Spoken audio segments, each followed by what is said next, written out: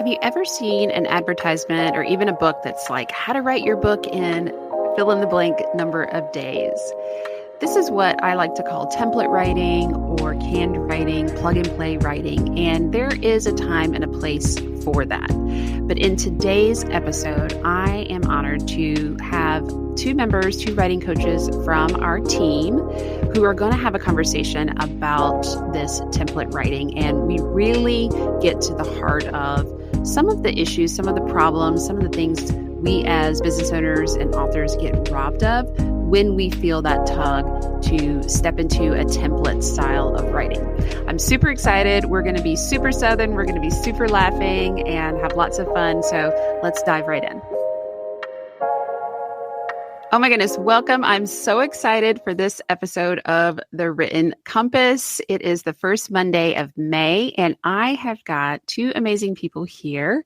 They are very good friends, and we became friends, you guessed it, because of our writing love and our writing teacher-ness and all the things, and we've just been good friends for several years, and these two wonderful women are also writing coaches and support on my team for Synergy Wellness, who deliver This Is the Year I Write My Book program, embodied writing experience, all the good stuff. So I am so excited. We've got lots of things to share with you today, but I'm going to first just say hello, get these people's voices on. So I want to welcome you, Dr. Jeannie Reynolds and Dr. Cindy Urbanski here with Dr. Shana Hartman, all the doctors in the house. So hello. Hello. Hi. Welcome. So I'll first just let each of you just kind of say a little bit that you want to share about yourself, what you're doing in the world, how you be in the world right now. And then we will dive into today's very juicy, at least juicy for us. So hopefully will be juicy for you, listeners, topic for today. Jeannie, you want to get us started? Sure. My name's Jeannie Reynolds, and currently I teach folks who want to be writing teachers at UNC Greensboro. I'm from the Greensboro, or I live in Greensboro. And I get excited talking about writing and using our voices and getting our stories out into the world because everybody has a story and it's up to you to tell it. So I'm excited to be here. Thank you. Welcome, Jeannie. And Miss Cindy. Hi there. I'm Cindy Urbanski. I'm from Charlotte, North Carolina. I taught for a decade in high school and then another decade in college. And now I am teaching yoga and coaching writing. And it's a beautiful, beautiful thing. And in all those years of teaching, my focus was always on writing instruction and teaching other teachers how to teach writing. So the coaching piece just fits naturally for me and allows me to get at the heart of what was most amazing to me about those 2 decades of work. Love it. And all of us have presented at conferences together, written together, published together. So we really like it when we get together. So we're going to have fun in this episode, and there's going to be giggles, and we can see each other. So hopefully we won't interrupt each other too much. But if we do, it's out of love because we're excited and we got to say the thing right then. But today I really want us to talk about and dive into something we've been discussing in our company spaces as a business.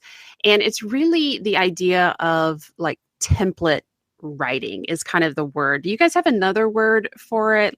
Like fill in the blank writing? I don't know what else to call it. Worksheet writing.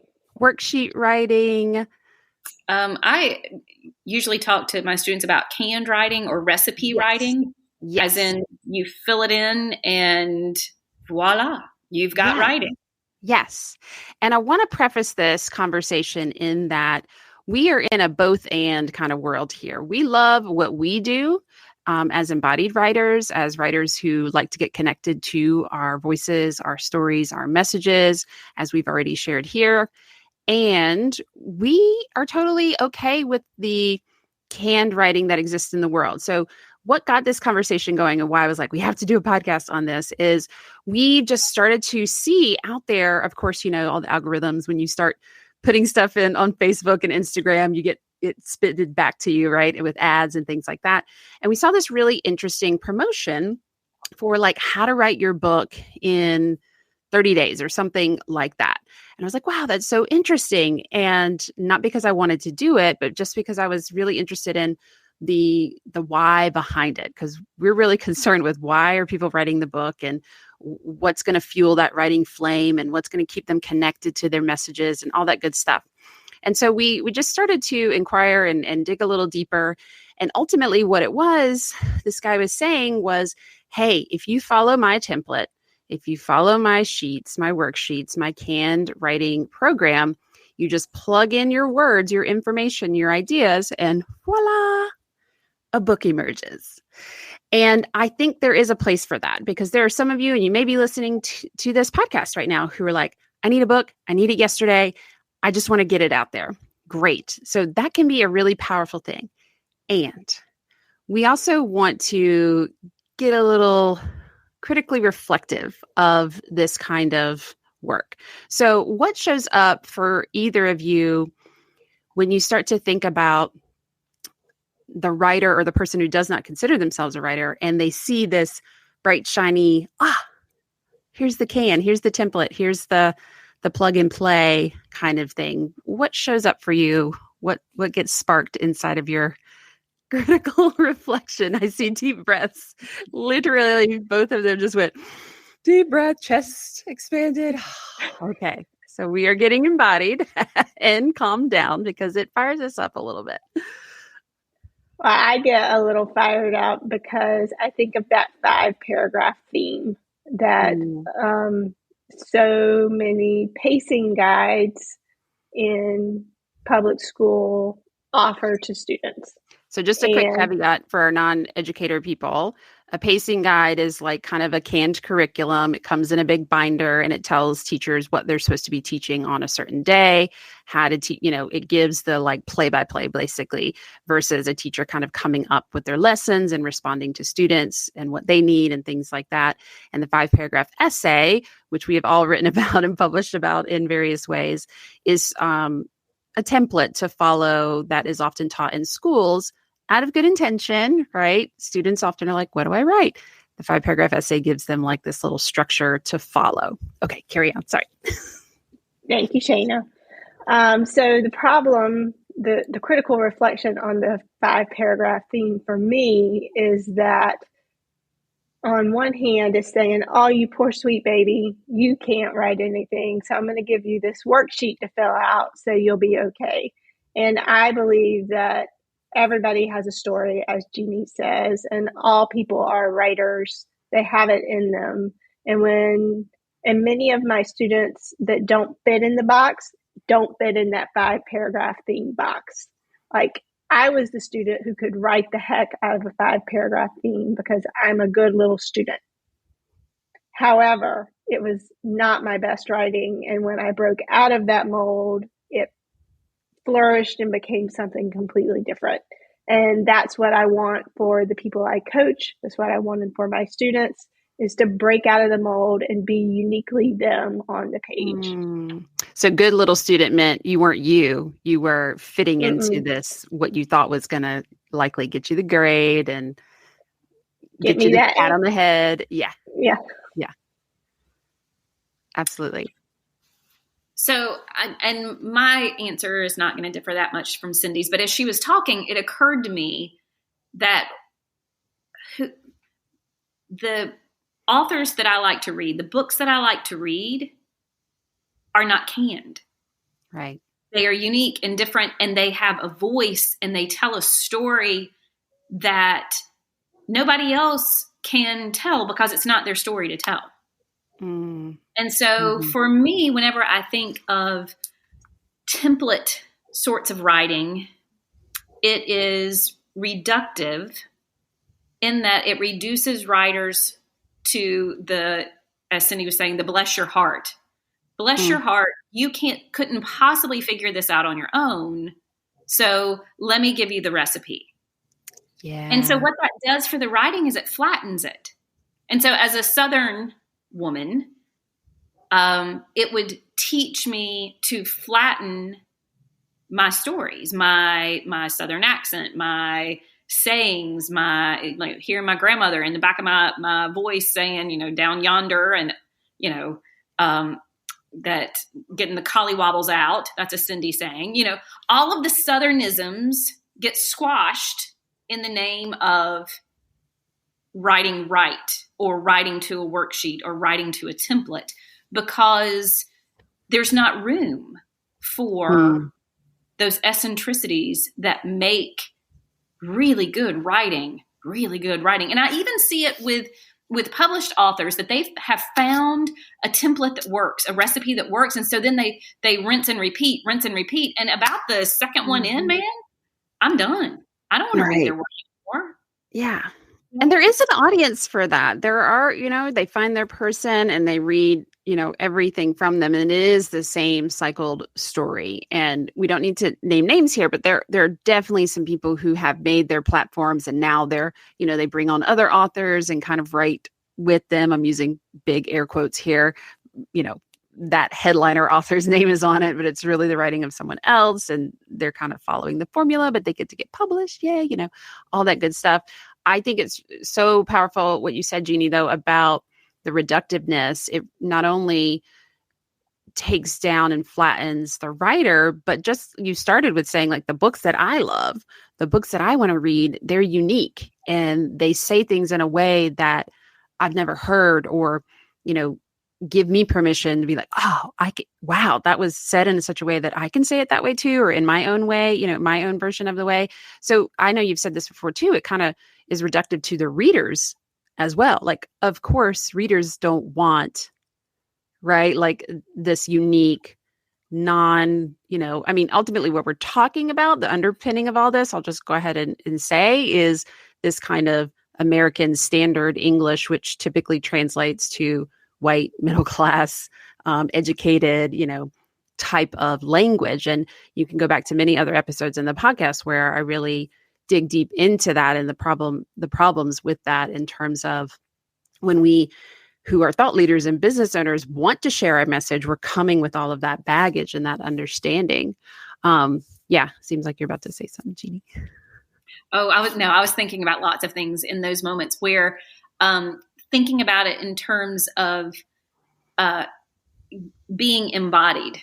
Mm-hmm. You can't be embodied and fill out a worksheet, because you're guessing at what somebody else's answer is. And I teach future teachers, and I tell them this all the time. You're playing the game of school. Mm-hmm. You're playing the game of writing. You're trying to guess what somebody else's final answer is, rather than really kind of feeling down into your story, because only you know what that story is. And so I can produce all the recipe sorts of writing, worksheet sorts of writing, and my recipe isn't going to fit your story, because your story is your story.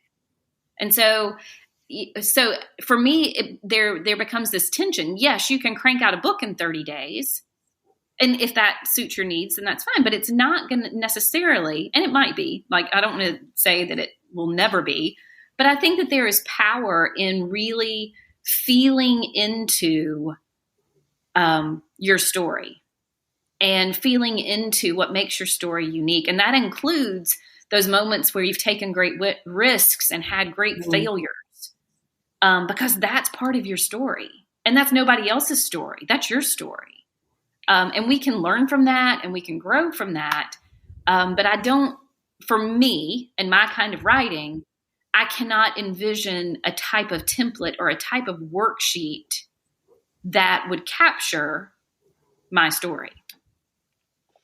Well, and I want to go back to all that Jeannie's saying about your story, and it's uniquely yours, and only you can tell it.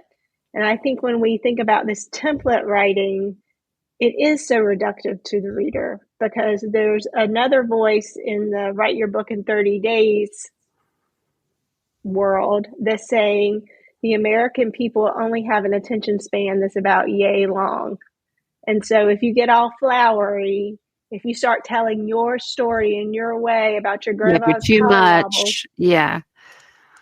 nobody's going to pay attention to that. Mm-hmm. And for me, those are the books I love, where I'm thinking of one off the top of my head that I gave to Shayna. Just the richness of the language in that book spoke to me in a way that something that came from a template couldn't. And it jumped all over in time, and it used a specific dialect, and it was just a really unique piece. And I believe that the clients that we work with have that sort of unique piece in them. Yeah. Because it's their story being told their way, in only the way they can tell it. And the word that keeps bubbling up for me is authenticity. Yes. There's a level of authenticity when you are in the middle, and it is, and I don't know, I think we've talked about this before. It is like birthing a baby because you're birthing this piece of writing, and there's this in the midst of it. It's your journey. Even as you're talking about your journey, the writing is the journey. And so that's going to be unique. Yeah. And that template robs you of that journey. So many of our clients are talking about the healing that's happening as they're writing and getting and sussing out the muck of what they want to share. Because the people we work with are seeing this kind of collage or quilt, we often call it, or this web that they're building in their books of this combinations of things they've learned in their life that they then apply in their business. A lot of our clients are coaches and are service providers. And so they support other people in doing the things that they're writing about. And they have to tell their, stories come up as a part of that, and examples come up as a part of that. And if I'm experiencing that and feeling that in my messages, and then I'm taking this, plug and play, plug in this idea here, start with this, end with that. And I'm, it's like wearing a jacket or wearing those shoes that just no longer fit, or those pants that it just is not you anymore. Jeannie, you were just cleaning out your closet. You're like, yeah, that was cute. And then, but not me now. Right.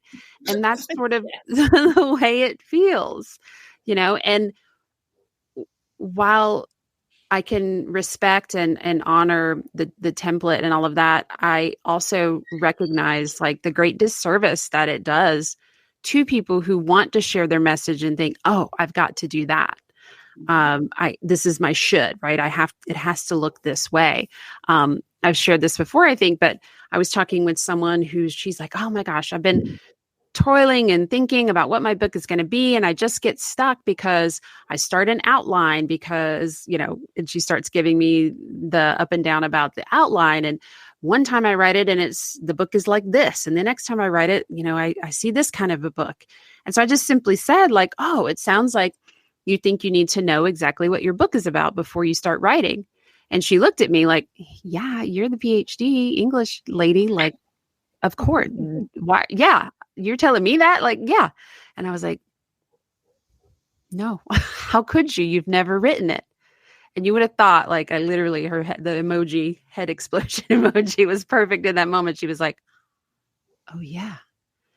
And so that template idea implies that you can know what anybody's book essentially is. And all you need to do is just plop your ideas in there and then the book. And yes, the book will emerge. But what are we missing? What are we robbing ourselves as the writer? What are we robbing the reader of? And what are we perpetuating about writing and about our ability to write, or what we think of as our inability? Because so many of us have so much baggage around even claiming we are a writer or write in any way. I was talking with some people yesterday in a workshop I was doing, and all of them, I said, if I say, hey, you're all writers here, they were like, ho, ho, ho, ho, ho. Wait a minute. They explained, they were like, yeah, I write. I do these emails, I do these newsletters, I do these blogs, all this kind of stuff. but I'm not a writer. Oh, interesting. Tell me more. Right. And so I think these templates do they just perpetuate these stories that we have about ourselves and our language that ultimately, like, are they silencing us? I think so, but Are they silencing the voices that we really need to like bring new narratives, bring new faces, bring new covers, new looking people in this published book world of personal growth and business and all that? Yeah, I really think so because it reminds me of the thesis statement. Everybody remembers being in school and having to carve out your thesis statement, and it had to list off the things that were going to be in your paper. And often your teacher, the first thing she would ask for was your thesis statement. And I was so bad at that because I didn't know what my paper was going to be about until I wrote my paper. So I would cheat and write the paper first and then write the thesis statement. So when I was teaching, I would say to the children, we're going to write the thesis statement last on your standardized writing test. And they were like, what? Breaking all the rules. But Very naughty. I think Very naughty. we were very naughty and yet successful. So naughty and successful. I think that along those same lines, I think that in thinking about these types of writing as being reductive is the idea that we are unable to do hard things. And writing isn't always hard for everybody, but I think people think writing is hard, and they think, oh, this is going to be the easy way to write your book. Yes. Writing is hard. So if I have this system over here, this plug and play, this canned, that will make it easy. Which kind of, so like and I think there are a number of different analogies that you can use, but for whatever reason, I keep thinking of it in terms of like a recipe. Mm-hmm. And when like, I enjoy good food. I love good food, right? I can cook using a recipe and it doesn't make me a creator of food. The food's not mine. You know, like it's mine. I went to the store and bought it and I put it into play and the food is okay. But it is a copycat recipe of my favorite restaurant down the street.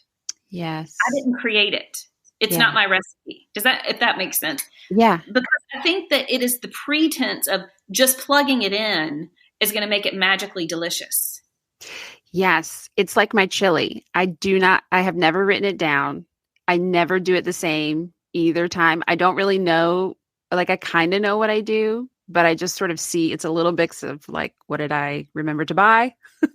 What is available to me? What am I feeling like this chili wants to be today?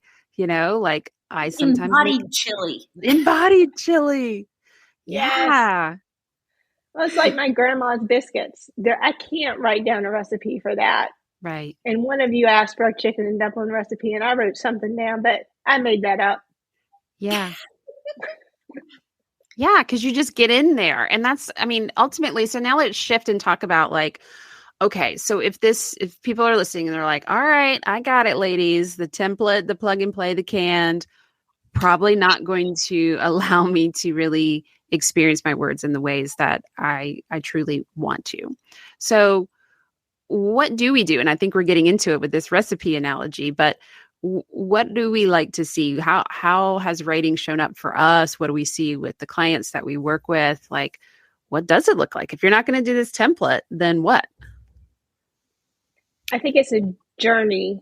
And Jeannie, I'm going back to what Jeannie said about the journey, is you get on this journey where you promise yourself, I'm going to put some words on this blank page. And I think it's scary at first when all you have is the blank page in your brain. And you need to give yourself permission to just take whatever is in there and flop it down. And it doesn't have to be pretty, and it doesn't have to be perfectly crafted. And before you know it, your grandma's voice is speaking to you through your fingers, and you're off and running. Yeah. But it takes that rear end and chair showing up regularly putting words down on paper and just not worrying about it at first to start the journey. And then something sort of magic happens when the words start to flow and make sense. And you look at it 2 days later and you say, holy Hannah, that sounds really smart. I wrote that smart. I wrote that. That's so smart. Yeah. I love that. I love those moments. I love those moments. Yeah. Jeannie, anything like what are some of the things that you see yourself doing, you've seen us do, you see our clients do to kind of step away from the template and really be on the journey? So I think one of the things that I've really enjoyed watching some of the folks that I've coached is watching them kind of give up knowing what it's going to be. And like you said a minute ago, just get in there, let it be messy. And it's it's like currently I'm cleaning out, getting ready for a big move, and everything's got to get a whole lot messier before it gets better. And it's the same with writing. It's got you like getting in there and just letting the words come before you feel like you contain them in these nice little neat places. They've got to be all over the place. Yeah. And sometimes hurting cats. Yes, hurting the cats, because the cat, the words are there. Yes. And what Cindy says all the time is glue your butt in the seat, and let them come, and embrace the moments where you have your shame gremlins telling you, who are you to be telling this story? And you say, thank you very much. And I will continue telling my story. And you hear the little shame gremlin saying, yes, but you need to fold laundry. The laundry will be there when you're done. You know, you just keep after it. And if you do get distracted, this reminds me of yoga, where when your thoughts go off and you gently bring them back to what you're doing, because it's going to happen. And, you know, Cindy, I know, talks about writing around the edges, writing around the margins, where you have the thought, and I just jotted down my thinking on my sticky notes, because sometimes the sticky note's all I have. Yeah. Or the memo, I record something on my phone, or I'll vox something to you ladies, or Yeah. So it's really about part of it is, it's about capturing, allowing the words to come, giving your time. So I hear giving yourself the opportunity for the words to come. And I think that's where oftentimes the template can feel like you're giving yourself the opportunity. Ooh, I don't have to have that little fear spot if I have this template sitting beside me of coming up with with the ideas, like someone's going to help me kind of come up with them or sort them or whatever. And I think what we're saying is, like, when you start to create and find your process, what your getting the words down looks like best for you, and all of our clients, like, we really, really help them and coach them through their shoulds, what they think they should be doing versus what we see them doing and how that's working for them, or what might need to be tweaked. We have some who are very verbal and process out loud, and we help them capture that. We have some who can just like put out a chapter lickety split, and then it's in the revision and editing part where they really need, the heavy support and guidance and keep at it's kind of a thing for that process. Everybody's a little bit different. Some people write in short bursts. Some people are able to write long things in one sitting. And all of it is, quote, right. There's no one right way. And those templates make it seem like there is. And if I just have it, right, then it's that magic bullet.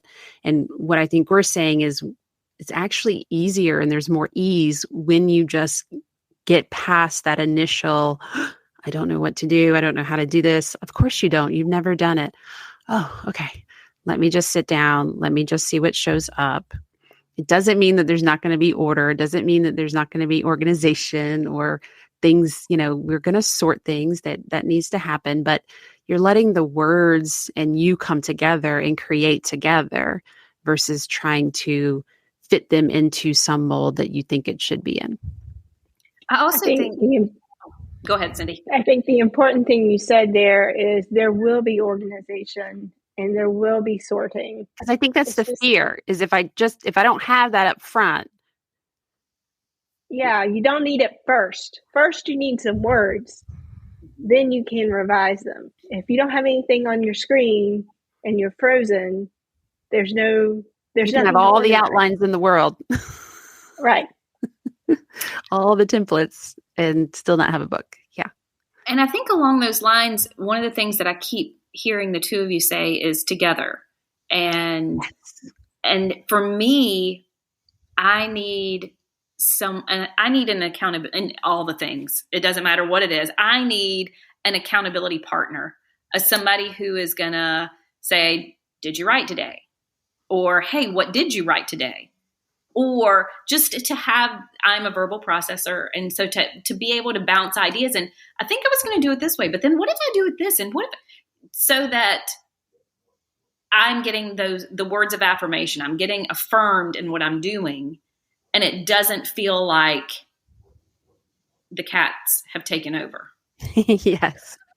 I think that's a lovely way. That's going to lead me into sharing what is going on when this podcast drops. Is we have just started our Spring Into Your Book May writing event. So for this entire month, we're all dancing parties over here. For this entire month, we are holding each other lovingly accountable to get the words down and just see what happens. It is happening right now. We just got started. So if you're listening to this and you're like raising your hand and saying, yes, I want to do that, you can head to ShanaHartman.com/spring into your book. And once you sign up, you'll get access to our community where all of the things are happening, where we're celebrating, we're supporting each other, we're giving you tips and tricks along the way. And ultimately, we just want you to get words down. This is a great way to kickstart a project, to finish a project. This can be if you're in the revising or editing phase of a project. This is going to support you and meet you right where you are, because we all know and recognize that a lot of the images we have of authors is they're off in their silos, off in their cabins, off at the coffee shop, all by themselves doing the work of writing. And really, anything that is a language act like writing, it is communicative. It is to be done in community. It is a social act. And so we want to honor that and support you. Thank you, amazing ladies. I am so excited that I get to play and talk and rant on all the things with you all. And I'm just so grateful to be working alongside you and writing alongside you. We write right alongside with our clients. We have our own projects going on. We do our best to practice the things that we try to support others in, and we get it wrong and we make it messy, and it's a practice for sure. So thank you, ladies. Any final things, any amens anyone needs to share? Awesome. Thank you so much. If you are wanting to learn more about how to work with us, these amazing folks that were on this podcast today, you can always head to ShanaHartman.com/thisistheyear-I-write-my-book and learn how to get connected with us so we can support you. Thank you so much. Take care. See ya. Thank you so much for joining me for this episode of The Written Compass. If you are loving this content, then please share this episode and tag me on Instagram at ShanaHartman_. And if you're wondering how you can implement the ideas I share here and really begin creating your amazing book, I want to connect with you even more. Head over to ShanaHartman.com/thewrittencompass to learn even more about not only writing your book, but truly experiencing your words.